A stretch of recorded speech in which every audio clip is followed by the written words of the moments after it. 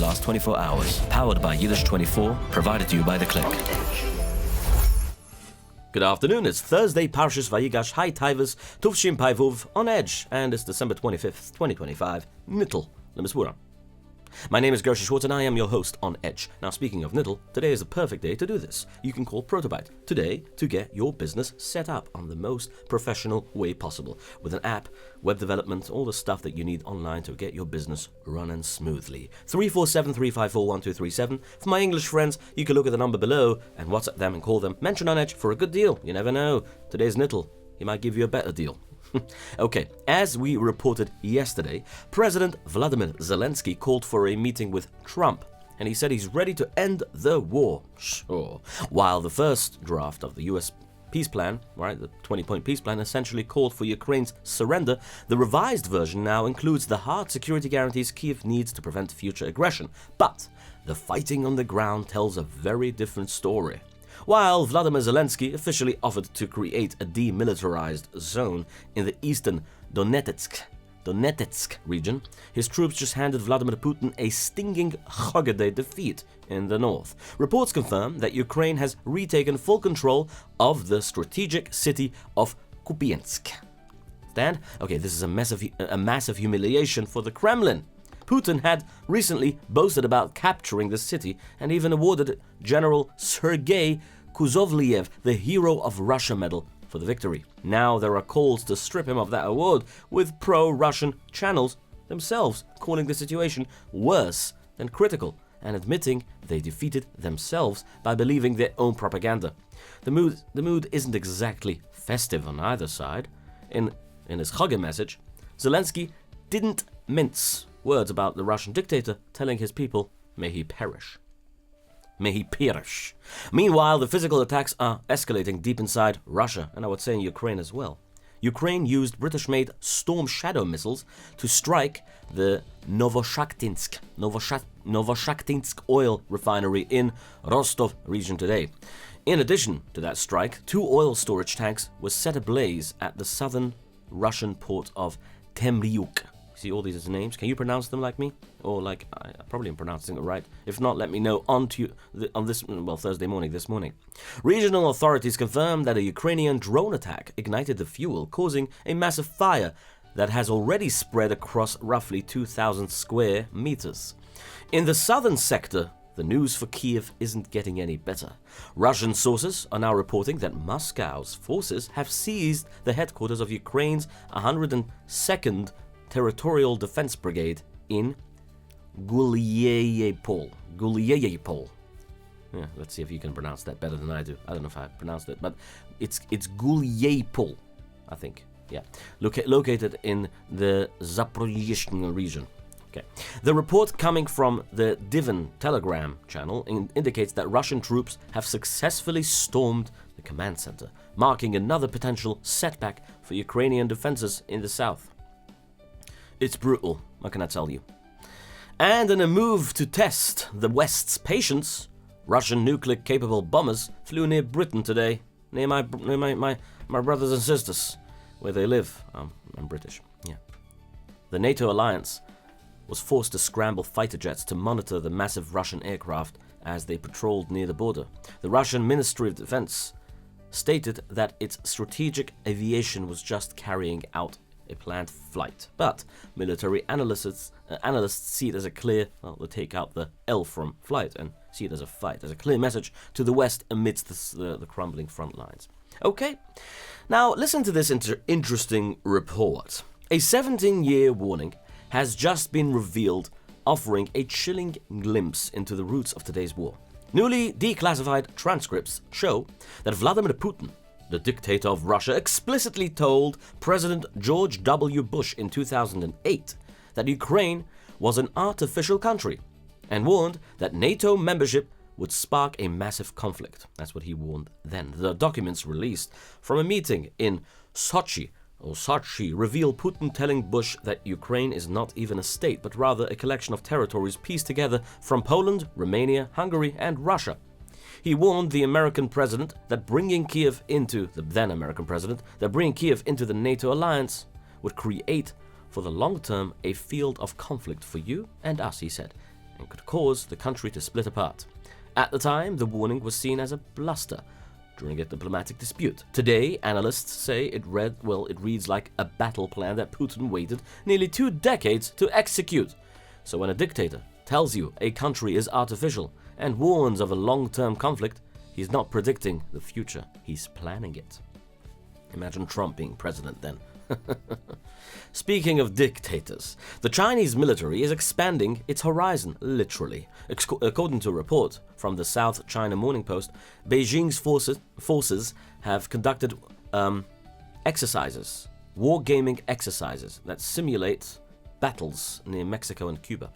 While Taiwan remains a primary focus, featuring the center of one of the maps used, these simulations suggest China is testing scenarios far beyond its own backyard, effectively bringing the theoretical fight to the doorstep of the United States. Yes. Let's talk about Israel and Gaza, right? The IDF military lookouts spotted an unmanned aircraft, well, 2 actually, drones crossing from the western border of Israel. An attack helicopter, working with Division 80, was scrambling to the scene. The pilot locked onto the target and shot down both drones the moment they crossed into Israeli airspace. Trying to sneak in a drone into Israeli airspace is like bringing a plastic knife to a gunfight. Anyway, following up on the explosion we reported yesterday that injured an Israeli officer in Rafah, Prime Minister Benjamin Netanyahu was vowing to take revenge against the terrorists responsible, while Islamic terrorists, Hamas, are now claiming the blast was just an old mine left behind by Israelis themselves years ago. Netanyahu is not buying their excuses, obviously. Speaking of at an Air Force graduation, the Prime Minister said that this incident proves that Hamas has no intention of laying down its weapons as required by the Trump peace plan. He warned the terror group Hamas that if they do not disarm the easy way, Israel will make sure it happens the hard way. His office added that the IDF will respond forcefully to this attack and will not stop until the threat is removed. The Israeli Air Force, speaking of which, carried out powerful strikes on this morning, against terrorist targets Hamas inside the Yellow Line area of the Gaza Strip. Reports from Gaza say fighter jets launched heavy attacks on eastern Khan Yunis, Rafah, and Deir al-Balah, which is inside the Yellow Line. These strikes focused on areas where Islamic terrorists have been operating near the new borderlines. In addition to the jets, Israeli helicopters and naval ships opened fire on targets near Gaza City. The military says these operations are necessary to remove immediate threats to soldiers stationed along the ceasefire line. Since the ceasefire began in October, Israel has killed over 400 terrorists who were accused of crossing the Yellow Line or posing a danger to troops. Reports from Gaza say the Israeli army is using drones to move the Yellow Line further into the Gaza Strip. Listen to this report. Gazan journalist Hamza al-Masri says the IDF quadcopters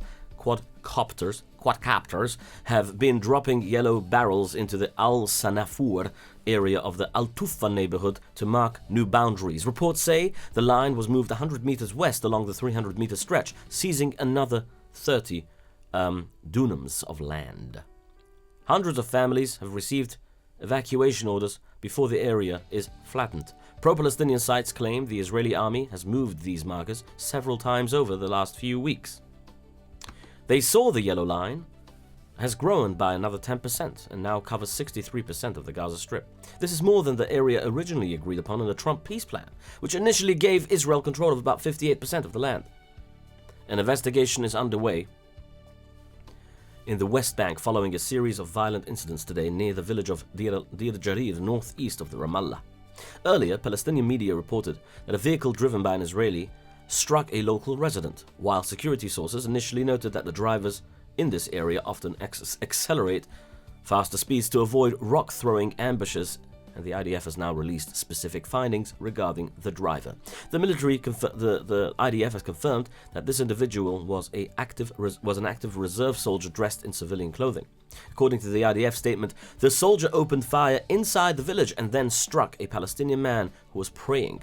This event was followed by further unrest, as reports confirmed that a group of masked settlers entered the village later in the day, throwing stones and firing live ammunition. The IDF stated that the soldier involved in the ramming has had his weapon confiscated and his reserve service immediately terminated. A criminal investigation has been opened. Moving to Iraq. Hamas is looking for friends in Iraq, and the situation there is pretty twisted. Now listen to this. A top Hamas leader, Osama Hamdan, just finished meetings in Baghdad to get support for their cause. But here's the crazy part. At the exact same time, Iraq's top Christian leader got in a huge trouble. Why? Because during his Chag ceremony, he said something like this that sounded like he might support peace with Israel. The Iraqi prime minister immediately shut down that message, declaring that Iraq will never make peace with Israel and calling it an enemy. The Knesset in Israel, in Yerushalayim, has passed a vote on Wednesday to set up a group that will investigate the October 7th massacre. Instead of using the Supreme Court to pick the investigators, this new plan lets politicians choose who is on the panel. The vote was very tense, with 53 members in favor and 48 against, while family members of the victims watched from the gallery. Some opposition members even tore up copies of the bill to show they do not agree with it. The Israeli shekel is now at its strongest level against the US dollar in 4 years. The value of the shekel has gone up by about 12% since the start of the year. Experts say this is happening because of heavy foreign investments and sales of natural gas to other countries. While a strong shekel shows the economy is doing well, it creates problems for Israeli businesses. When the shekel is expensive, Israeli products cost more for buyers in other countries, which makes it much harder to sell goods abroad. Okay. Israeli forces eliminated a top Iranian terror commander in Lebanon today in a joint operation by the IDF and the Shin Bet. A drone strike in the village of Nasriya took out Hossein Mahmoud Murshid al-Jawari. Al-Jawari was a senior leader in Unit 840 of the Iranian Quds Force. This is the secretive unit responsible for planning and carrying out terror attacks against Yidden and Israeli citizens, Israeli targets all over the world, including in Syria and Lebanon. Officials say he spent years smuggling weapons and directing plots to kill innocent people, children, women. Unofficial reports from Lebanon say a second terrorist was also killed in a strike today, identified as Majid Abd al-Amir Kanosh. Majid Abd al-Amir, whatever, who cares? The military says this assassination removes a central figure who was actively working to harm Yidden across the world and, of course, Israeli citizens, and, of course, the state of Israel. At least one person in Lebanon is optimistic, though, given all the circumstances right now in Lebanon, which is very tense because we all know the deadline is nearing to an end, less than a week left. The deadline for the ceasefire for Lebanon, the Lebanese government to disarm Hezbollah, but they haven't done so, so Israel is threatening a full-scale war to get that done. President Joseph Aoun expressed optimism today. Obviously, it's Chag today, so he expressed optimism that diplomatic efforts will prevent Israel from launching another major military operation against Hezbollah. Speaking in his Chag Day speech, Aoun told the public that constant talks have successfully pushed back the specter of war. He stated that the threat of larger conflict has receded from Lebanon, and that he believes matters are now heading in a positive direction. Let's hope. Iran's top officials are delivering two very different messages today. Foreign Minister Abbas Araghchi is warning of a new conspiracy by the enemy. He claims outside forces are deliberately creating difficult economic conditions to stir up public dissatisfaction and destabilize the regime from within. Which he's right about, actually, in a way. Think about it, right? Who doesn't want the regime to fall apart? On the other hand, speaking of the regime, the supreme leader, Ali Khamenei, issued a spiritual message for the Chag Day for the Christians. He praised Yoshka as a guide to light and justice who saved humanity from oppression, adding that Yoshka never paused in his fight against evil. A lesson, he says, is vital for both Christians and Muslims. Interesting. If he finds out that Yoshka was a Jew, what will he then say, huh? Anyway, Turkey is making a major power move in Syria that has Israeli defense officials on high alert. Listen to this. We spoke about Turkey the last 2 days. Remember this? He's angry that Israel's made deals with Greece and Cyprus. According to a report from the Jerusalem Post, Ankara is actively attempting to deploy advanced radar systems on Syrian territory. Israeli officials warned that this would be a strategic nightmare for the IAF, the Israeli Air Force. These radars would significantly sorry about my words, restrict Israel's ability to operate in Syrian airspace like they did throughout the 12-day war. For those who remember, they controlled the airspace essentially, making it much harder, if not impossible, to launch strikes against Iranian targets without being detected or engaged. Basically, if these radars go up, the open skies Israel has used to keep Iran in check might suddenly get a lot more crowded. Talks between Israel and new Syrian government regarding a security agreement have moved forward significantly in the recent weeks. A source close to Syrian President Ahmad al-Shara tells I24 News that a deal could be signed very soon and credits the breakthrough to the direct involvement of President Donald J. Trump. The source claims that the agreement might be finalized during a high-level meeting in Europe, and they aren't ruling out the possibility of a historic face-to-face signing between President al-Shara and Prime Minister Benjamin Netanyahu from Israel. But there's still a major sticking point. There's a catch. There's always a catch to these things. The land, right? Syria, almost similar to Ukraine and Russia, right? Syria expects an agreement based on the 1974 armistice agreement, demanding that Israel withdraw from all points captured after the fall of the Assad regime. Israel, however, is drawing a hard line. Jerusalem has publicly refused a full withdrawal. Israeli forces say the IDF will pull back from some of the 9 strategic points it currently holds in exchange for a full peace treaty, not just security arrangement. Let's turn our backs to, let's turn ourselves and fly to America and the rest of the world. Yesterday we brought you the full details of a massive ISIS plot. If you want to go back and listen to it, it's very interesting. It's mamish open miracles. An ISIS, Islamic State terror plot that was stopped in Manchester, England, for our Jewish brothers and sisters who live there. 2 Islamic terrorists were convicted for planning a machine gun attack on the Jewish community that would have been the deadliest attack in British history. This follows the speech we reported also yesterday from the ISIS leader who called for his followers to launch a global war and attack Yidden and Americans across the globe. Now we have a similar story from right here in the United States. Police in Utah say they stopped a 21-year-old man who was planning a bombing attack on local shuls. Officers arrested Skylar Rose in the city inside of Utah, I don't see the name here, after finding 6 working pipe bombs and several guns in his home. The FBI sent a tip to the local police after finding threats the man made online. Bomb experts worked through the night to take the explosives away and destroy them safely. Skylar Rose is now facing serious charges for terrorism and having weapons of mass destruction. We spoke about Turkey before, right? Turkey's security forces have thwarted a major terror plot just in time for their holidays. Authorities announced today that they have arrested 115 suspects linked to the Islamic State who are planning an attack on today's Holiday and New Year celebrations across the country. The arrests were part of a massive coordinated operation involving simultaneous raids on over 120 locations. Intelligence sources say the suspects were preparing to target churches, shuls, and crowded public spaces during the festive season. This operation comes amid heightened security across the region, following intelligence that ISIS cells were looking to make a call for action against non-Muslims during the holidays. Breaking news out of Australia, where police are hunting for a suspect after a targeted attack on a rabbi's vehicle in Melbourne. Early this morning, a car displaying a large Happy Hanukkah sign was firebombed while parked in the driveway in a Jewish neighborhood of St Kilda East. Residents of the home had to be evacuated as the vehicle was engulfed in flames. Thankfully, nobody was injured, Baruch Hashem, but the attack has sent shockwaves through the community.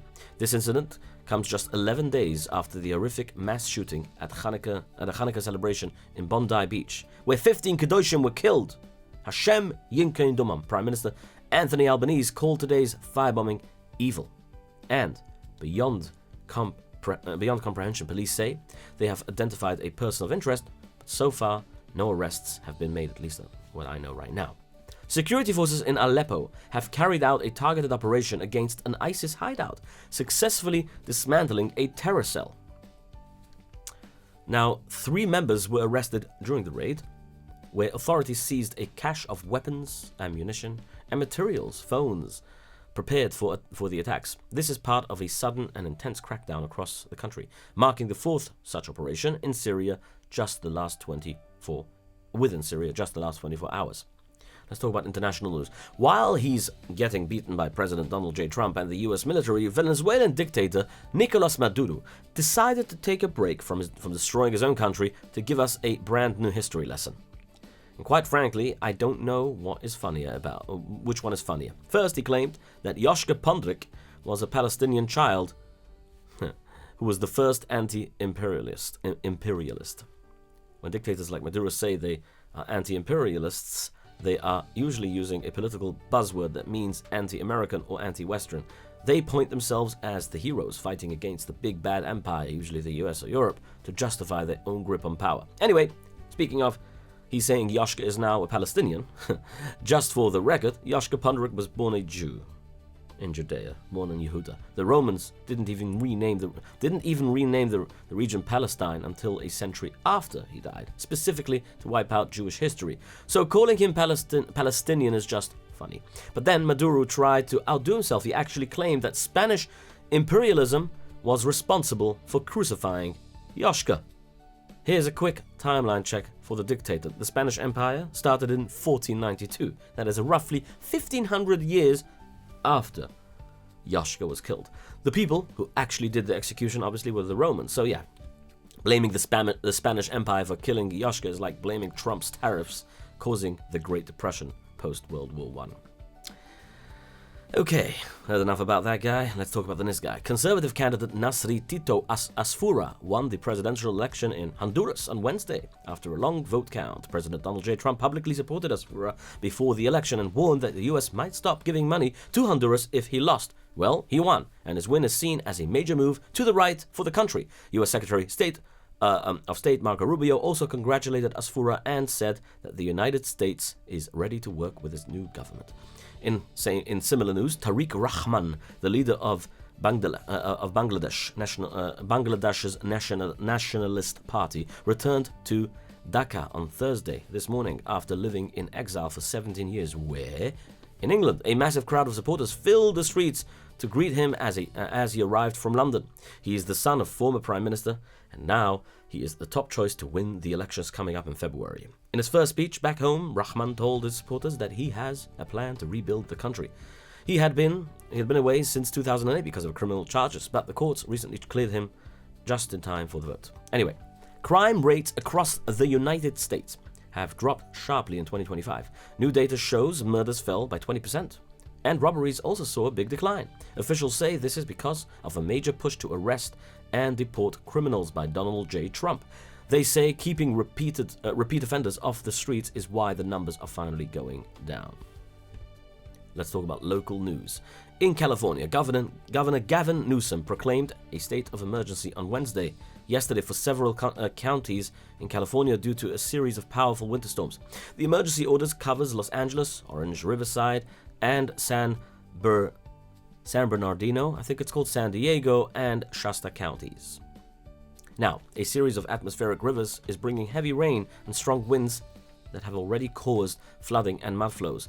It is expected to be the most powerful winter storm in years, with heavy rain continuing throughout the day. Thousands of people, especially in such a day of the Chag, thousands of people in Los Angeles are already without electricity, and several major roads have been closed because of the weather. Emergency officials are especially worried about the mudslides in areas that were recently burned by wildfires. If you remember the stories, terrible. The state has pre-deployed 55 fire engines and 10 swift water rescue teams and hundreds of personnel, I would say, to help local communities. In New York, a winter storm is heading for the tri-state area, just in time for Shabbos. Snow will start falling this Friday between 3 and 6 p.m. Erev Shabbos Kodesh, becoming steady and heavy after 6 p.m. Forecasters say we might see a brief mix of sleet or rain overnight, but it will turn back to all snow by early Shabbos morning. As for the totals, Lakewood is looking at 3 to 6 inches. New York City will see 4 to 8 inches, and Monsey and Kiryas Yoel areas are expected the heaviest accumulation with 5 to 10 inches of snow. Let's talk about financials. The Dow Jones Industrial average and the S&P 500 both hit an all-time high yesterday actually, during the short day of trading before the Chag. The Dow rose about 289 points to finish at 48,731. And the S&P 500 gained 22 points to end at 6,932. The Nasdaq also went up, gaining about 51 points for the day. Investors were encouraged by new reports showing the US economy grew much faster than expected the third quarter. Boys, we have a winner. Yes, Arkansas. The winner won all 6 digits on the Powerball lottery tickets, and he won himself, or he or she, won $1.817 billion. $1.817 billion. The cash option, they say, is $843 million if you want to skip the rest of the numbers and just pick up your cash right now. Whoever won should know that you could go now and pick up your cash of $834.9 million. Today's Yortzeit brought to you by The Click. But before we go there, let's thank our sponsors, Reb David Wanunu. If you didn't win the lottery, he can help your business make that number. Maybe. Call him on 845, find out. 8414-8100. And you have Shawarma Delight. Today is Thursday night. Shawarma Delight in Muncie off exit 14 next to Bingo. Stop in there, get yourself a shawarma, and if you're thirsty, remember to say on edge to get a free drink. Okay, and the YS Capital Group, if you didn't win the lottery, you need to still borrow some money for an investment to make yourself that money eventually, to triple and double the money, to make yourself a few $billion bucks, you can borrow some money from YS Capital Group. The answer is yes. And then we have Arrive Express, which rhymes with yes. And today, yes, they're, busy, right, because of the holiday season, or not, maybe. Call them, 845-622-1111, 254-1111, from Monroe. Okay, the Yortzeit of today. Reb Shloime Molchoy, he was known as the Hakadosh. He was a Bakante Mekibel and a Baldarshan. Well, at the beginning, he lived back in Portugal, and he was a kingly scribe for the king. The scribe for the king. He wrote, right? And then he came back to Yiddishkeit. Became Balchiva after meeting Reb David Hari Ivaini. He was, like I said, a very big Mekibel, and obviously spoke a lot about the Ge'ila. He wrote a lot of things about the Ge'ila, and he was burned alive al Kiddush Hashem because he didn't want to convert himself in the Inquisition, during the time of the Inquisition in Mantua. And also the Yortzeit today is of the Einikl of the Baal Shem Tov, Reb Aaron ben Reb Tzvi. He was known as a Lamed Vov Tzadik, and also Reb Aaron Isserlich, from the famous Isserlich family, Reb Aaron ben Reb Tzvi Hirsch. His Yortzeit, he was a cousin of the Ramu, I think. Reb Avrum El-Chunan ben Rabbi Hida of Planch, he was the Mechaba of the Sefer Birkas Avrum, and also today is the Yortzeit of Hu Admoir Reb Avrum Yaakov ben Rabbi Yisroel Friedman, the Sadigere Rebbe. He built his dynasty right after the Second World War in Tel Aviv. And also today is the Yortzeit of Rabbi Kudish Rabbi Yerchmiel Tzvi Yehida ben Rabbi Yechiel Yehoshia Rabinovich, the Chelkes Yehoshia. Vakant, he was known to all as Bialab Shischa Rebbe in Harnof of Yerushalayim. And everyone knows his sefer called Avodah Shebelev. All right. Now, before we continue, I would like to thank all of you for being supporters of On Edge. And yes, we are working, like I said, on coming back in the morning, early morning. Hatzlacha Rabba, and we'll see you again tomorrow. Erev Shabbos Kodesh. Yes, tomorrow will be early. Be'ez Shabbos Baruch. Okay? Hatzlacha Rabba. Thank you. Your daily report of the news of the last 24 hours, powered by Yiddish24, provided to you by The Click.